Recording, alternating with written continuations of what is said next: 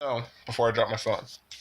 What I was saying is that what we know about the known universe is correct, then yes, Floyd Mayweather is gonna destroy Conor McGregor. And when I say destroy, do I mean knock him out? No, Floyd Mayweather doesn't knock anybody out. But what I mean is, yeah, he most likely he should probably not touch him.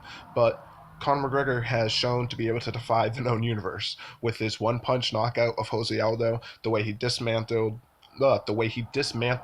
Eddie Alvarez. That shouldn't happen. Those things, that's not anything that those things clearly defy logic. To be able to do that shows some mastery to be able to bend the universe to his will. And when I don't mean that he is special, but I mean maybe potentially he has tapped into something that is true that we can all tap into. Even just the fact that right now he's fighting Floyd Mayweather, to me that is the most ridiculous thing that I could imagine.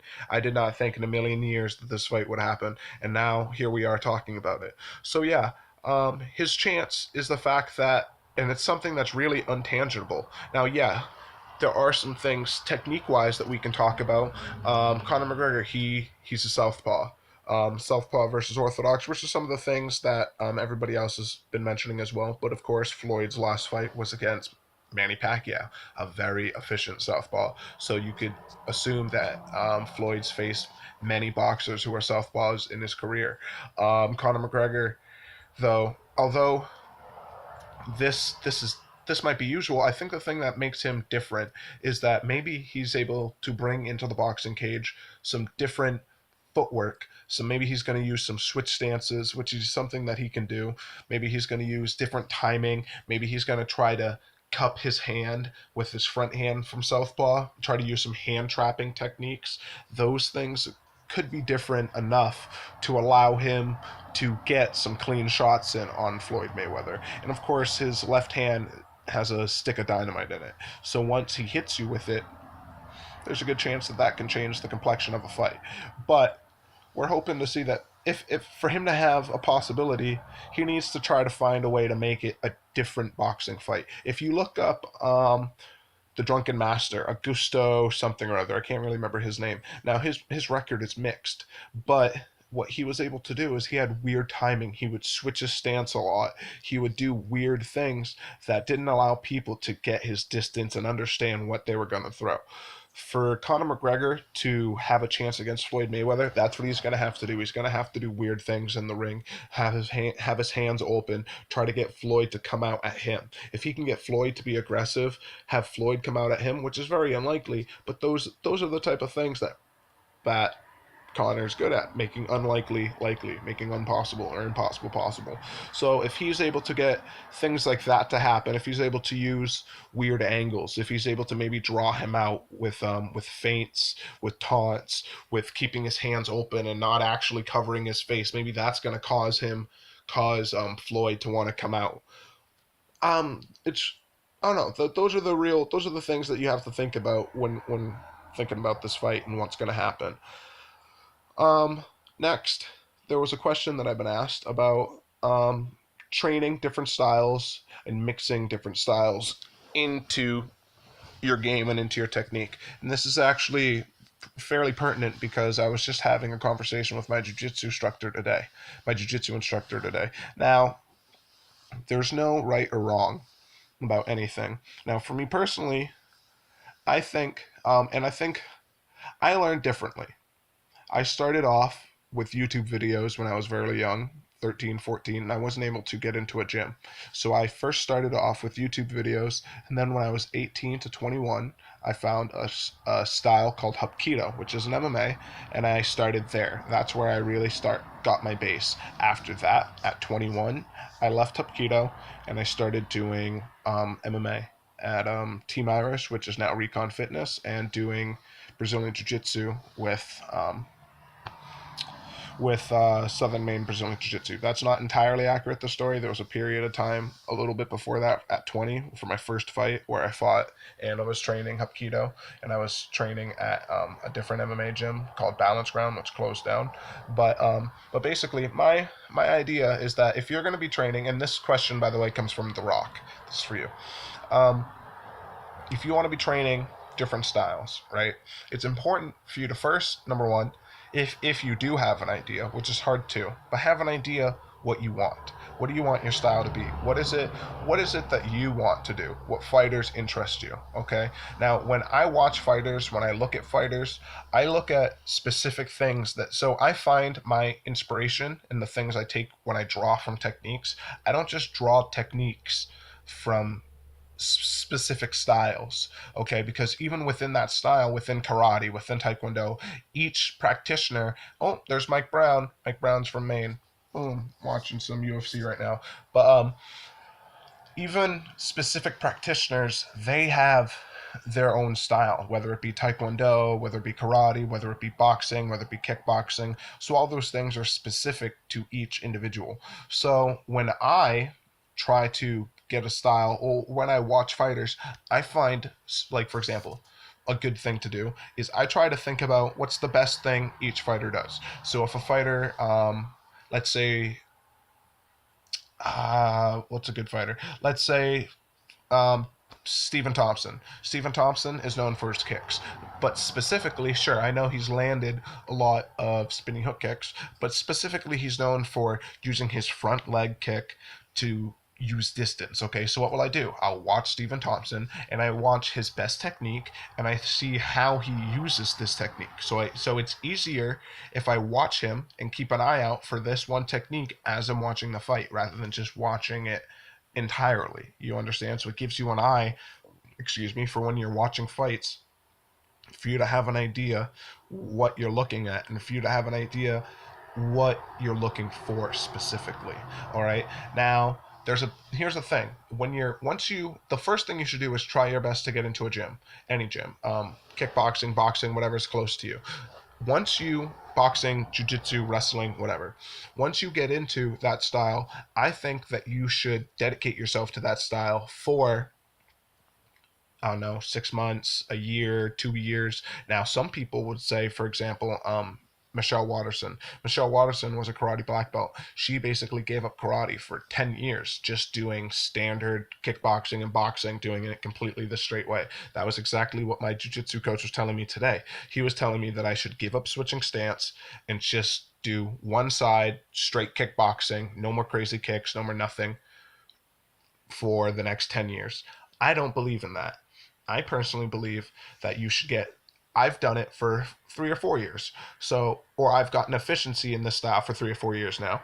I find at this point, now is when I like, now is when I'm adding in different things.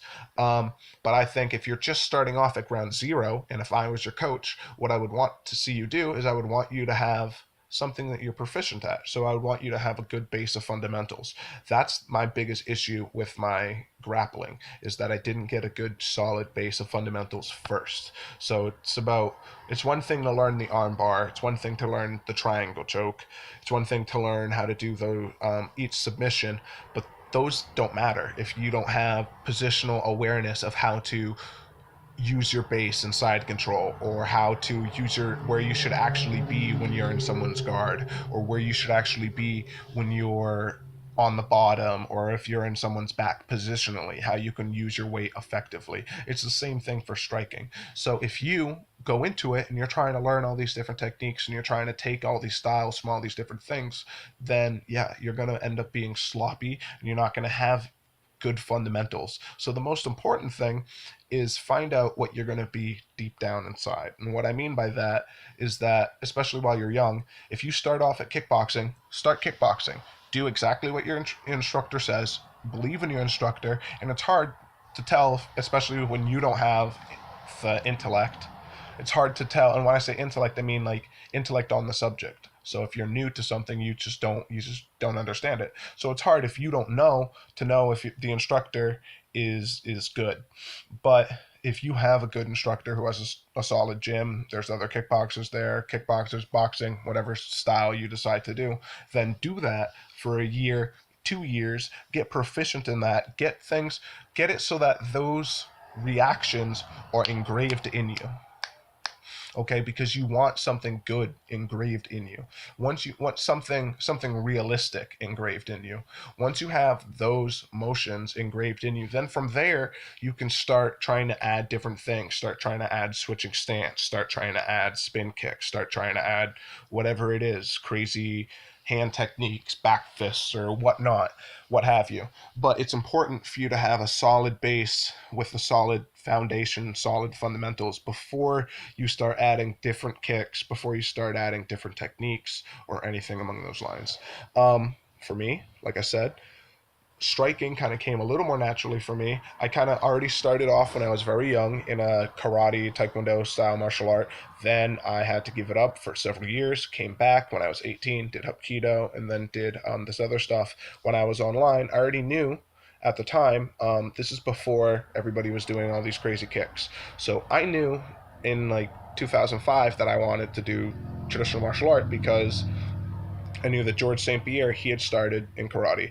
I knew that Anderson Silva, he had started in taekwondo and capoeira. So what I realized was that I wanted to do something, and I was really into parkour. So what I thought was that it'd be important for me to do something that would give me a good kinesthetic awareness. What kinesthetic awareness means is the awareness of your body in space and the awareness of your other people's body to you.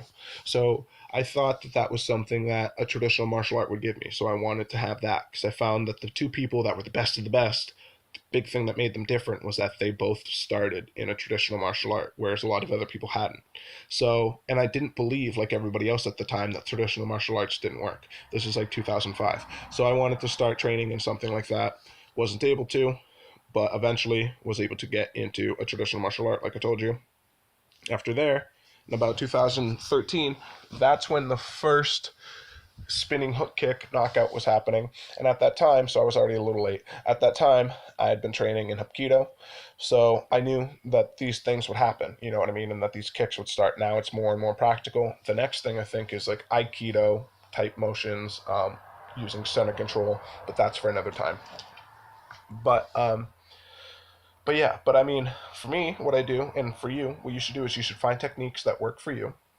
Once you get to the point where you're experimenting and you're trying to find out what makes you you, is look online, look at other places, and specifically, what's easier than just looking up techniques is find fighters that you find interesting and see things that they do over and over again that they can do successfully, and see how you can find a way to implement their successful motions into your technique and into your game plan. Um, yeah, hope that helps. That's kind of what I do. There are some interesting things I play with. I'm trying to play with like Philly shell, trying to play with switching stance, back fist, all those sort of things. And when I go into a sparring situation, I think about what I'm gonna do, and I think about what move I'm gonna try to play with. So be like, okay, I want to work leg kicks. So today, when you go into sparring, you don't need to necessarily say that out loud to anybody, but tell yourself that you're going to work leg kicks. If you're rolling, be like, all right, I want to make sure that I can get in half guard or side control, and that's something I'm still working on to this day, is to make sure that I know what I'm trying to do and that I do it purposely, mindfully. But I hope that helps you. And of course, be bold, guys. Please, if you guys can, please subscribe. Get at me at Patreon at Duncan the Highlander. Get at me at GoFundMe at Duncan the Highlander. I'm probably going to start a Kickstarter soon, and I'm probably going to have to start a GoFundMe for my little brother. If you guys didn't know, he had a stroke on his prom night. So if anybody there wants to help me out as well, there, please, I'm gonna probably make one there, probably a Kickstarter. I don't know exactly what account it's gonna be on, whichever one's gonna make it so that he gets the most money. But I'm probably gonna start something like that too. But if you guys can, please tell everybody, and yeah, thank you. Be bold.